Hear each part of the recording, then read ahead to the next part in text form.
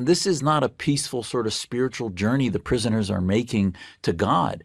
Many of them it operates under the guise that it's, oh, we're going to give them faith and we're going to restore them and they're going to be better people, when in reality, they're converting people to radical forms of radical Islam. And the outreach, the folks that the Bureau of Prisons reaches out to, many of these states, is just the wrong communities. Common question I get is, well, this is a Muslim problem. Yes, it needs a Muslim solution, but why should I care? There's only 4 million Muslims in America.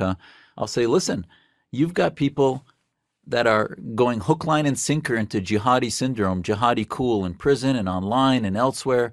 And right now, look at the hysteria happening with a virus, right, which is the left's hysteria on the virus.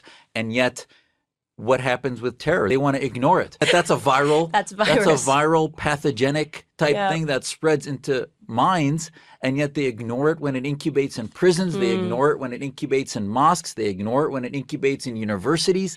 So at what point are they going to wake up to the fact that, A, we're missing an opportunity in the laboratory of freedom to operationalize some mechanisms of figuring out how to counter radicalization? The prisons will be a great place to put into operation reform movement ideas to see, can you have Muslims in a prison become more moderate, more spiritual, and actually become ambassadors for change, almost like you would rehab drug addicts and others. And yet we're seeing, look in London, the last act committed on London Bridge was a prisoner wearing a tag who was going to teach counter-radicalism. Right. And as he's going to teach, he killed 2 of his colleagues with a knife. He was radicalized. And I mean, when 83% of all converts in prison are converting to Islam, and I'm telling you, what really woke me up to it was the Black community, and deeply faithful Christian community, to be converting at those rates. And it made me just interested to take a look at that. And then that's when I discovered Ayaan Hirsi Ali's article. And I just said, wow, no one's talking about this.